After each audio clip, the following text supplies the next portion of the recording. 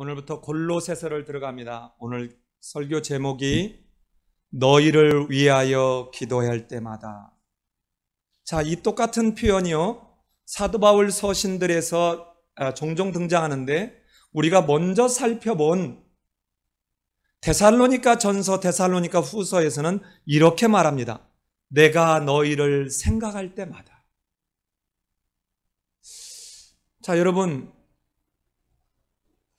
내가 누군가를 생각할 때 어떤 생각이 드는지 한번 생각해 봐요. 내가 어느 시절을 생각할 때 어떤 생각부터 드는지 생각해 보세요. 제가 어렸을 때는, 어렸을 때를 생각해 보면 전기가 안 들어왔어요. 전혀 전기가 안 들어왔어요. 제가 어렸을 때는 정말 가난했습니다.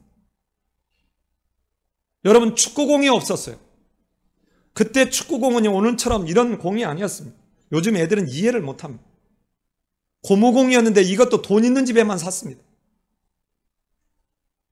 육성회비가 한 달에 제 기억에 800원이었던 것 같아요.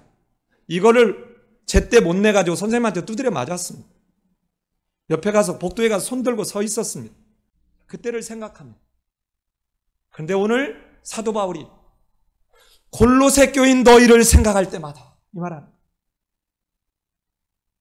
자, 이제 우리는 사도행전을 끝내고 새로운 책을 들어갑니다. 화면을 보십시오. 자, 저기 로마까지 갔잖아요. 로마의 이태 동안 사실은 감옥이 아닙니다. 많은 분들이 이걸 옥중서신 아닌데, 물론 셋집이라 해도 사실상 약간의 자유가 있는 감옥과 같은 곳이에요. 그런 의미에서 감옥이라 한다면 맞지만 우리가 흔히 생각하고 있는 감옥의 개념과는 좀 다릅니다. 어쨌든 이때 사도 바울이 쓴 서신이 4개예요. 자, 우리 한번 따라서 해볼까요? 에필골몬.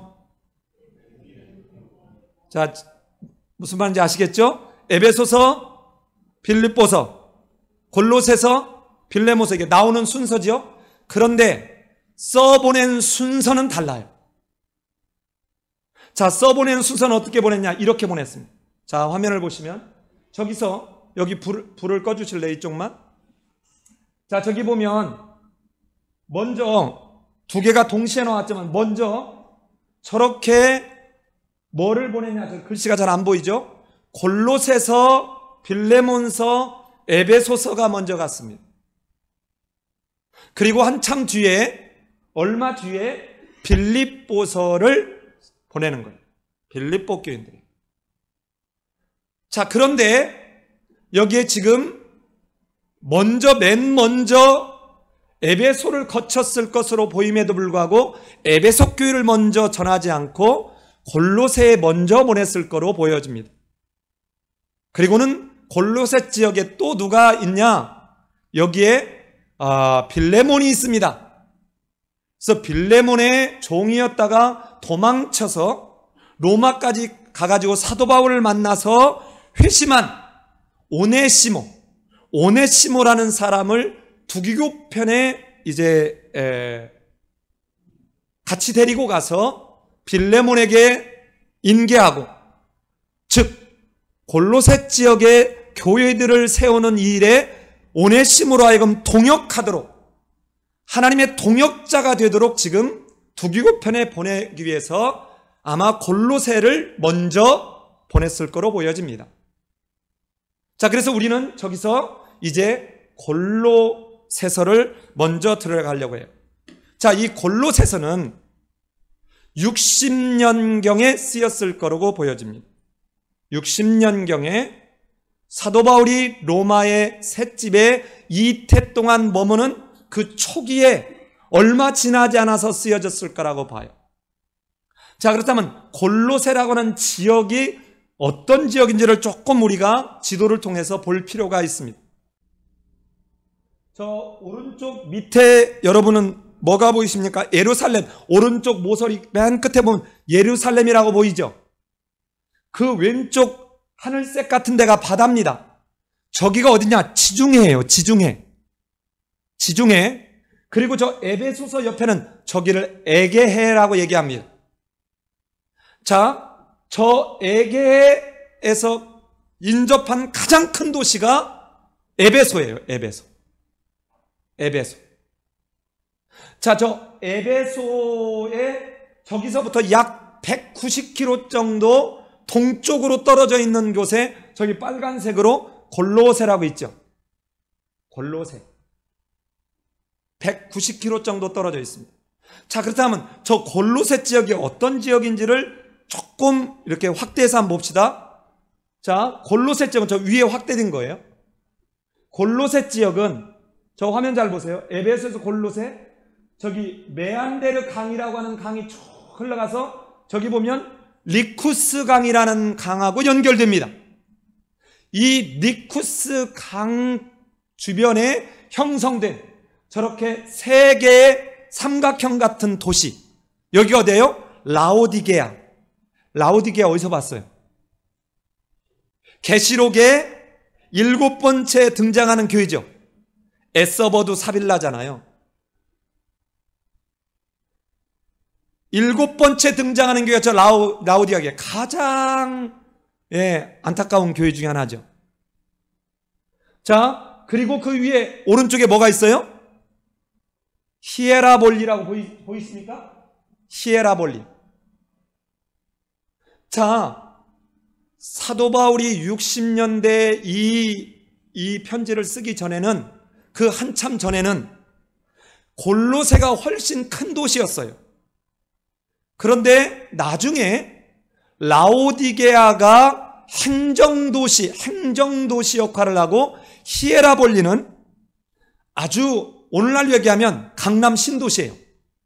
강남 신도시에는 뭐가 많을까요? 술집이 많아요. 환락의 도시였습니다. 자, 원래 골로새는 저 에베소에서 강줄기를 따라가면서 또 도로가 있고 여기에 아주 무역의 상업의 중심지 역할을 했는데 얼마 지나면서는 여기가 라오디게아나 히에라볼리보다 더 떨어지는 도시로 전락하고 말았습니다. 자, 저 라오디게아는 불과 서쪽으로 19km밖에 안 떨어져 있어요. 그 다음에 히에라볼리는 북서쪽으로 약 24km밖에 떨어져 있지 않습니다. 이 골로새는 뭐가 유명하냐? 섬유 산업이 유명합니다. 섬유 산업. 그리고 특별히 여기는 이제 양모, 아주 고급 양모를 염색해가지고 생산하는 이런 것으로 아주 유명해요. 그럼 이런 산업이 발달하면 뭐가 많을까요? 돈이 많겠죠. 돈이 많고 무역의 중심이면 여러 나라의 사람들이 모일 거라는 것을 우리는 쉽게 생각할 수 있습니다. 자, 그런데 이랬던 골로새가 60년 내지 61년, 자, 여기 로마의 역사가 타키투스라는 사람은 60년, 61년이라고 말하고 있고, 교회사의 전문가라고 하는 유세비우스는 64년이라고 말하고 있기는 하나, 어쨌든 60년대 초에 사도 바울이 이 서신서를 쓴 후에 어마어마한 대지진이 이 지역에 있었다고 전해집니다. 그로 인해서 골로새는 완전히 파괴되고 이제 그런 아주 찬란했던 것들이 그냥 지금은 유적으로 남아있는 정도입니다. 자, 이런 골로새 지역인데요. 이 골로새는 사도 바울이 지금 편지를 보내고는 있으나 사도 바울이 방문한 적이 없는 그런 곳이었을 것으로 보여집니다. 우리 한번 확인해 볼까요? 2장 1절을 갑니다. 2장 1절 같이 읽습니다. 자, 같이 읽어보겠습니다. 시작. 내가 너희와 라오디게아에 있는 자들과 무릇 내 육신의 얼굴을 보지 못한 자들을 위하여 얼마나 힘쓰는지를 너희가 알기를 원하노니. 본 적이 없어요. 자, 그러면 이 골로새, 여러분 지금 골로새서 했는데요. 이 골로새서는 골로새에 있는 성도들에게만 보낸 편지가 아니에요. 저기 세 지역, 저기를 뭐라냐, 리쿠스 골짜기 지역이에요. 그러면 주로 어디냐?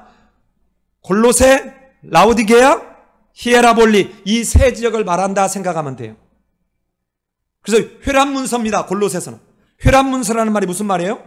돌려가면서 읽어라, 이 말. 예, 돌려가면서 읽어라. 자, 그런데 그러면 이 골로새는 도대체 어떻게 교회가 세워졌을까? 이 골로새의 교회는요, 사도 바울이 3차 전도 여행을 하면서 에베소에 3년을 머뭅니다.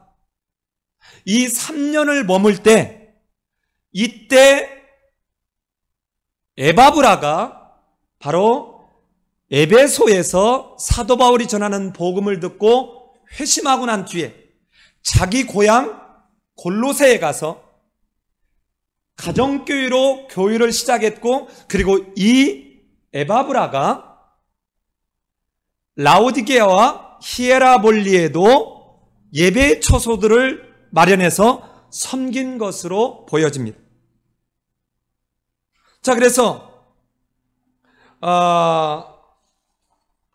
골로새의 담임 목회자는, 그 지역을 지금 돕고 섬기는 목회자는 바로 에바브라라고 하는 사람입니다. 그래서 이 골로새에는 라오디게아도 그렇고 골로새도 그렇고 유대인들이 이처럼 무역이 왕성하다 보니 유대인들이 살고 있고 유대인의 공동체도 있지만, 에바브라라고 하는 사람이 시작함으로 인해서 아마 이방인이 더 주류를 이루고 있는 교회였을 것으로 보여져요.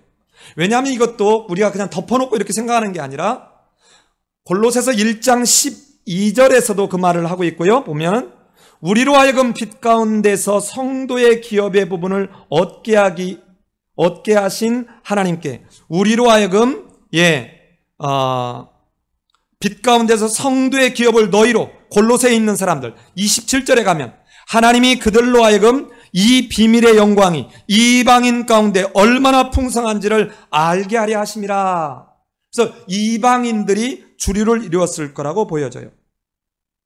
자, 그런데 여기에 지금 목회를 하고 있는 에바브라가 사도 바울이 전한 복음을 듣고 가서 섬겼는데 자기도 어떻게 해볼 수 없는 지금 어려움이 생겼습니다. 그 어려움이 뭐냐? 예수 그리스도를 믿으면 구원을 받는데, 그러나 예수 그리스도로만은 안 된다.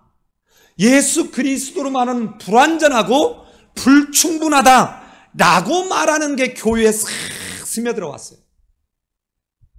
이게 뭐였을까요?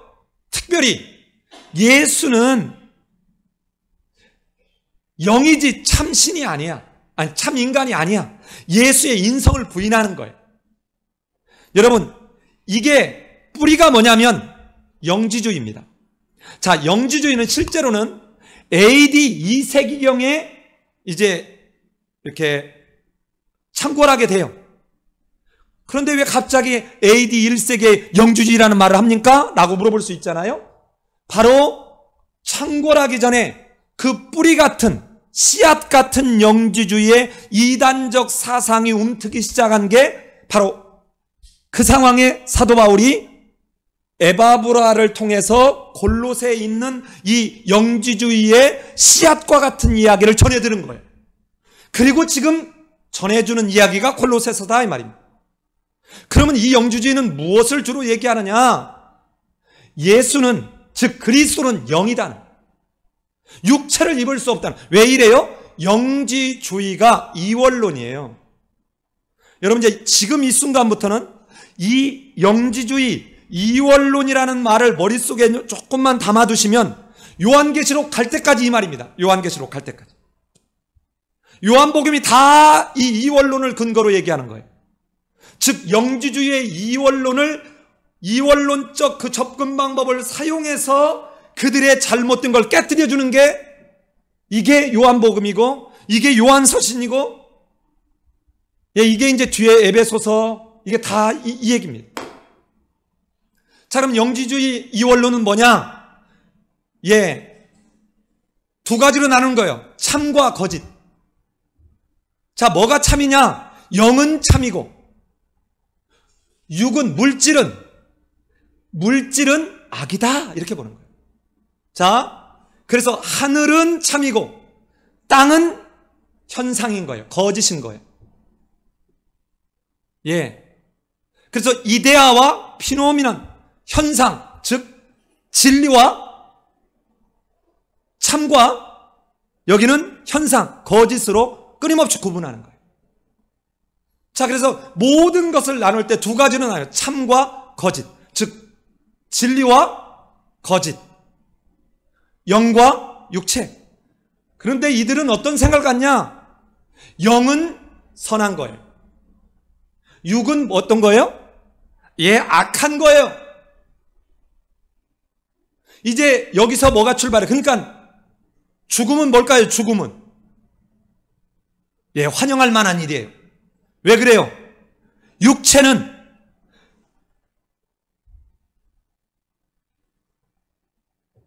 영혼을 가두는 감옥이라고 생각한 거예요. 자, 참인, 거룩한 영을 가두는 감옥이라고 생각해요. 그러니까 죽음을 찬미하는 거예요. 그래서 고린도전서 할 때 제가 얘기했죠. 아니, 헬라 철학에서 이런 걸 그들은 생각하고 있는데 뭐하라고 다시 우리가 부활해서 육체 속으로 영이 다시 들어간다. 말도 안 돼. 싫어. 자, 이들이 이런 생각을 지금 갖고 있는 겁니다. 그러니까 어떤 일이 벌어져요? 예수가 육체로 이 땅에 왔다는 말은 있을 수 없다는 거예요. 여러분, 실제로 이게 여기서 끝나는 게 아니고요. 2세기, 3세기, 4세기 갈 동안 이 교회사를 보면 예수 그리스도의 인성과 신성, 예수 그리스도의 양성이 정립되는 데까지 수백 년이 걸립니다. 얼마나 많은 사람들이 죽는지 몰라요. 이 논쟁하다가. 나중에 한번 이거를 여러분 제가 교회사를 정리해서 한번 보여줄 기회를 삼겠습니다. 자, 어쨌든 자, 이런 골로새의 영지주의의 씨앗과 같은 잘못된 이단 사상이 스물스물 교회에 들어온 거예요.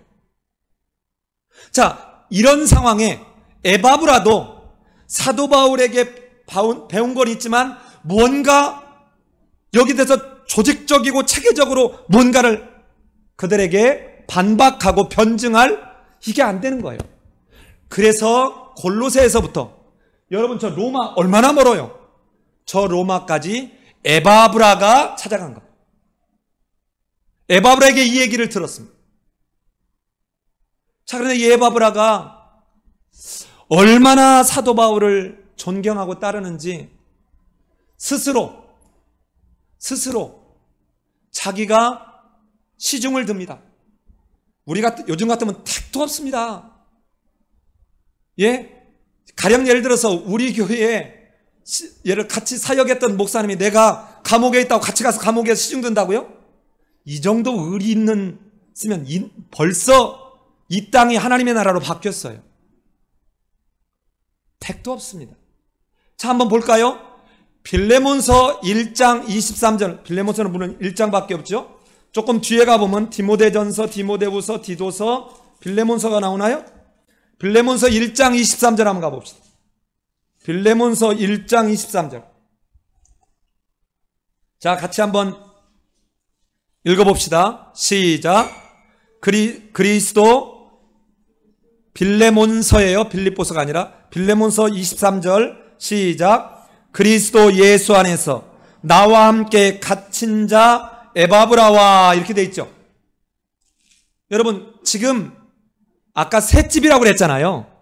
근데 이거는 가택연금 상태에 있는 이것을 연금 상태니까 감옥에 갇힌 것으로 지금 묘사한 거예요. 그러니까 에바브라가 와가지고 이걸 배우고 돌아간 게 아니라 그 존경하고 더없이 배우고 싶은 사도 바울에게 스스로 옥중 뒷바라지를 자청하고 지금 있는 거예요. 에바브라가 나는 사도 바울 선생님 밑에서 내가 돌아가서 저들에게 변증하고 반박할 수 있는 걸 더 배우기도 해야 되겠고, 사도 바울 선생님 뒷바라지도 해야 되겠고, 그래서 두기고가 오네시모를 데리고 골로새 그 다음에 에베소에 편지를 전하지 않았나 싶어요. 저 지금 에바브로디도 같은 경우에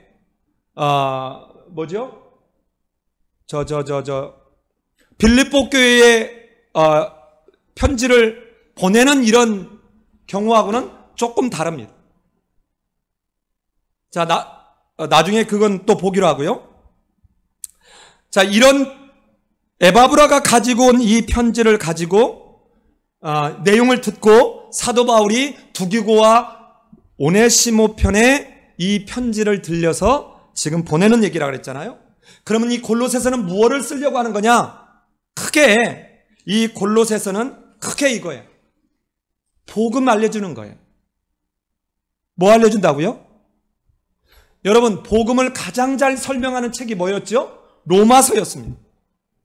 자, 예수 그리스도가 우리를 위해서 십자가에 피 흘려 죽었다. 이 예수가 우리의 주가 되었다. 그러면서 뭔 얘기를 하느냐? 그 예수로 완전하고 충분하다.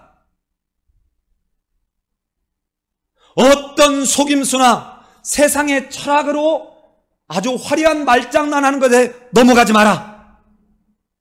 유대인들이 절개를 지켜야 된다라고 말하는 것에 넘어가지 마라. 천사를 숭배하는 이것에 넘어가지 마라.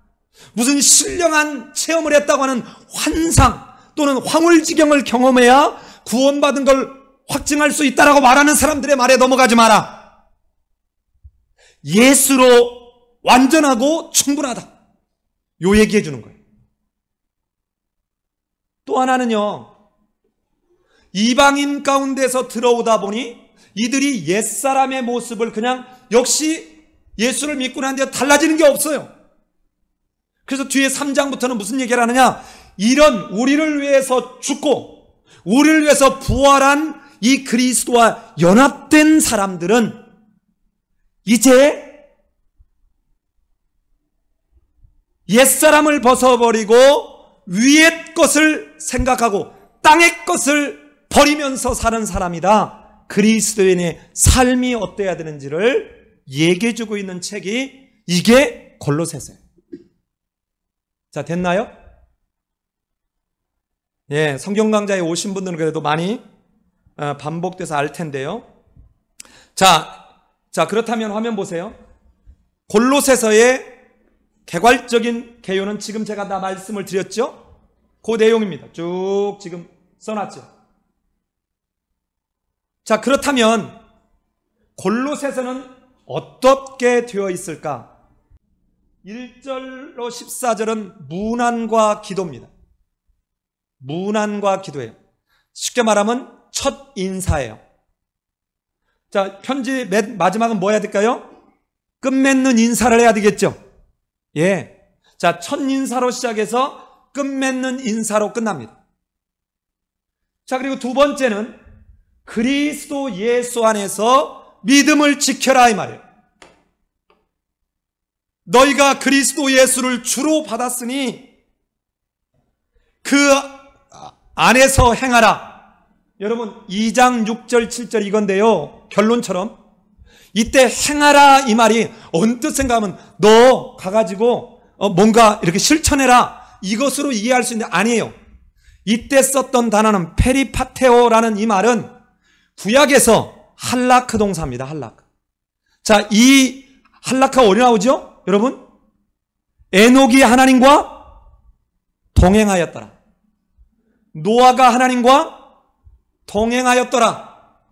아브라함아, 너는 내 앞에서 행하여 완전하라.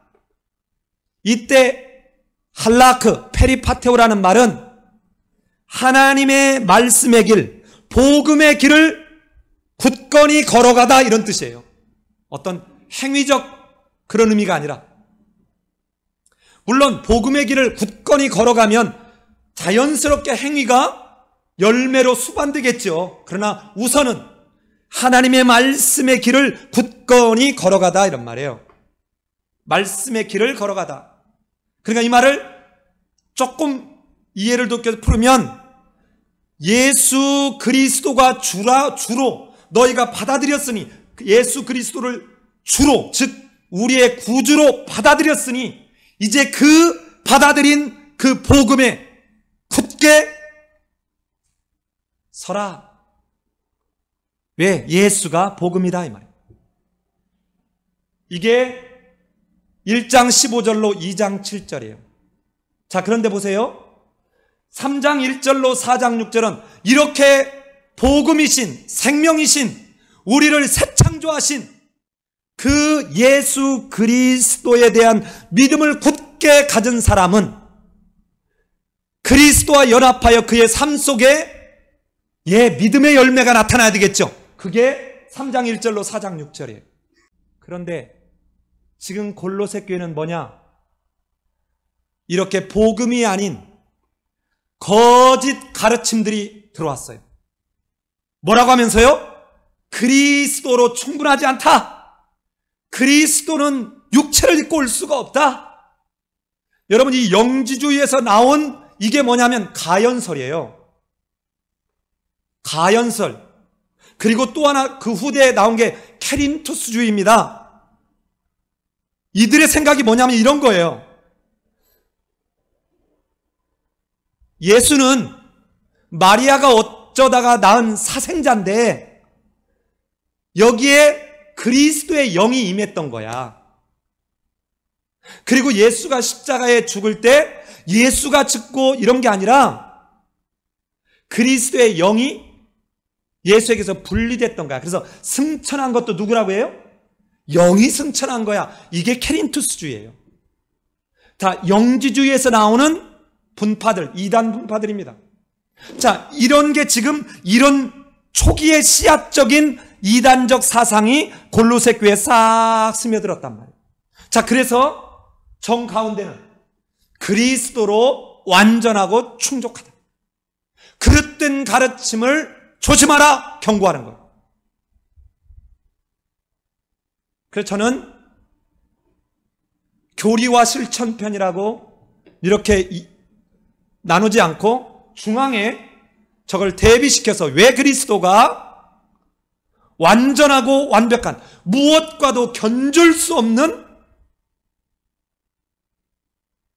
그러한 독보적인 탁월한 으뜸이 되는 그런 분이신지를 그들에게 가르쳐주고 있는 책이 바로 뭐라고요? 골로새서라. 골로새서라.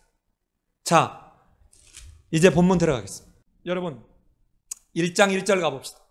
하나님의 뜻으로 말미암아 그리스도 예수의 사도된 바울과 형제 디모데는, 여러분, 골로새에 있는 성도들과 곧 그리스도 안에서 신실한 형제들에게 편지하노니 우리 아버지 하나님으로부터 은혜와 평강이 너희에게 있을지어다 하고 지금 인사합니다. 여러분, 정말 많은 경우에 문제가 뭐냐면요, 하나님의 뜻으로 말미암지 않은 것들이 너무 많아요. 자기 뜻입니다. 그런데 뭐라고 해요? 하나님의 뜻이라고 포장할 때가 많아요. 여러분, 가장 하나님의 뜻을 가지고 제 마음대로 쓰는 게 저 같은 목사들이에요. 두려울 만큼 하나님의 뜻이라는 말 저는 잘 안 씁니다. 그러나 지나고 난 뒤에 고백론적으로 하나님의 뜻이었구나, 하나님의 인도하심이었구나, 너무도 자연스럽게, 너무도 자기 합리화를 하기 위해서 뻔뻔스럽게 하나님의 뜻이라고 말하는 그 선교사님들 부부들이 들으면서 그러는 거예요. 하나님의 나라의 통치 원리가 교회 안에 작동하고 있지 않다. 예를 들어볼까? 왜 담임 목사만 월급을 많이 주나? 왜 담임 목사만 원로 목사가 되나? 우리는 그리스도 안에서 한 지체요, 한 형제요, 한 같은 상속자라. 기업의 같은 몫을 받는 자들이라. 아니, 성경에서 이렇게 말하는데 성경 따로 이러면서 하나님의 뜻으로 내가 목사 됐다고요? 이런 거짓말과 사기가 어디 있습니까?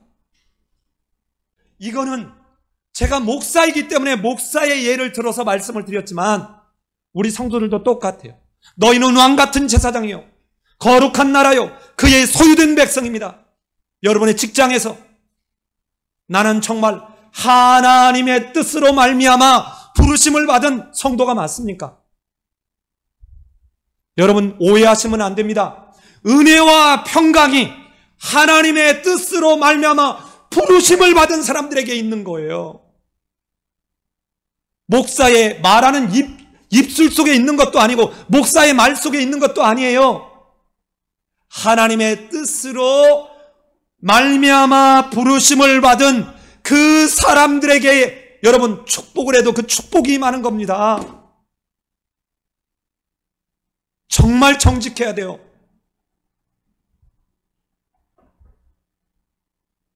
이제 오늘 이 본문이 이걸 너무 잘 얘기해주고 있어요. 그런데 보세요. 여기에 은혜와 평강이에요. 여러분 은혜라는 말은요, 은혜라는 말은 하나님의 은혜입니다. 어떤 은혜예요? 예수 그리스도를 이 땅에 보내셔서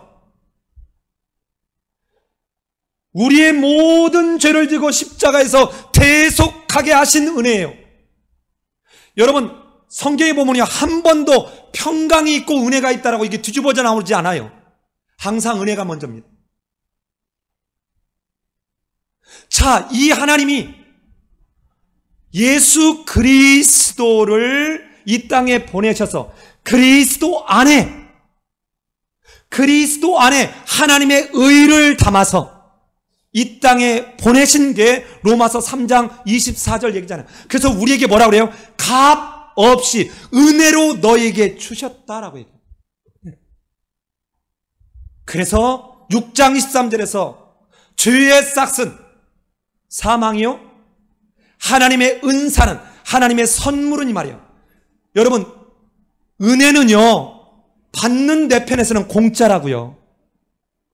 주는 사람 입장에서는 여러분 피 같은 것이 지불됐어요. 여러분 어느 때에 누군가에게 선물을 받잖아요. 그러면 이분이 어떻게 일하고 있는가를 그 선물을 놓고 한참 이렇게 생각합니다.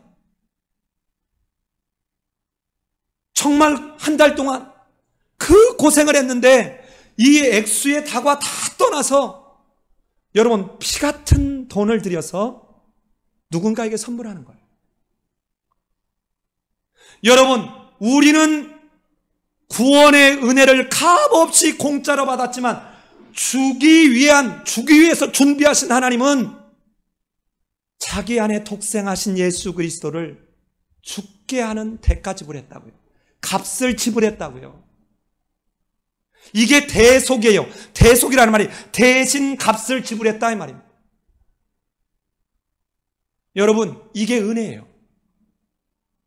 우리가 아직 죄인 되었을 때 그리스도께서 우리를 위하여 죽으심으로 하나님께서 우리에 대한 자기의 사랑을 확증하셨느니라.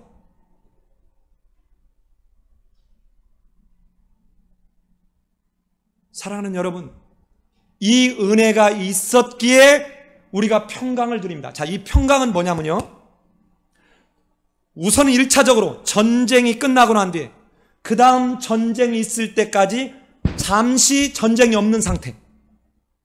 자, 이거를 성경적 의미로 조금 바꿔보면요, 여러분 여호수아서에 이게 너무 잘 나타납니다. 내가 너희 앞서 건너가 너희를 위하여 뭐하리니? 여호수아서 가면 이런 표현이 나와요. 이제 너희는 건너가라. 마음을 강하게 하고 극히 담대히 해서 하나님의 말씀 어떻게 순종할까 생각해라. 그러고 난 뒤에 내가 너희 앞서 건너가서 너희를 위하여 뭐하리니? 싸우리니. 이거를 보여준 게 여리고 전투예요. 이스라엘 백성들이 싸워요, 안 싸워요? 안 싸워요. 누가 싸워요? 하나님이 싸워요. 그래서 이스라엘 백성들은 어때요? 샬롬한 거예요. 여러분, 그런데 아이 성전투는 어떻습니까? 이스라엘을 위하여 싸웠던 그 하나님이 아이성에서는 누구하고 싸워요? 이스라엘과 싸웁니다. 이스라엘을 위하여 싸우셨던 하나님이 이스라엘과 싸우신다고요. 왜 그렇습니까? 하나님의 말씀 순종 안 하는 거예요. 지가 하나님 노릇하는 거예요. 여러분, 그래서 이 평강이라는 말은 하나님과의 관계가 바르게 되어서 하나님이 우리의 아버지로, 보호자로, 마치 하온이에게는 엄마만 있으면 그냥 everything okay. 이게 샬롬이에요. 자, 그러기에 하나님이 예수 그리스도를 통해서 보내셔서 십자가에서 대속하게 해주는 이 은혜가 있기에 우리는 이제 죄와 싸우는 일이 아니라 우리는 하나님의 지키고 보호하시는 뭐를 누린다고요? 평강을 누린다고요. 이게 누구에게요? 성도들에게요. 모두에게 있는 게 아니에요. 성도들에게. 곧 신실한 사람, 형제들에게. 자, 그래서 2절 다시 보세요. 골로새에 있는 성도들, 곧 그리스도 안에서 신실한 형제들에게 은혜와 평강이 있는 겁니다. 자, 여기서 하나만 여러분에게 제가 질문을 던집니다. 여러분이 정말 하나님의 뜻으로 말미암아 부르심을 받은 하나님의 성도임을 여러분이 확신하며 살고 있습니까? 그 하나님이 예수를 나 때문에 이 땅에 보내셔서 내 모든 죄를 해결하시고 나로 이제 어떤 두려움과 공포 없이 그리스도의 부활에 참여하게 할 그 평강을 지금 누리면서 사십니까? 결국 생각한다는 게 이 땅에서 일들 가지고 아등바등하면서 세상과 다를 바가 하나도 없잖아요. 예? 세상 사람들과 똑같잖아요. 여러분, 자, 지금 이게 여기까지가 인사예요, 인사.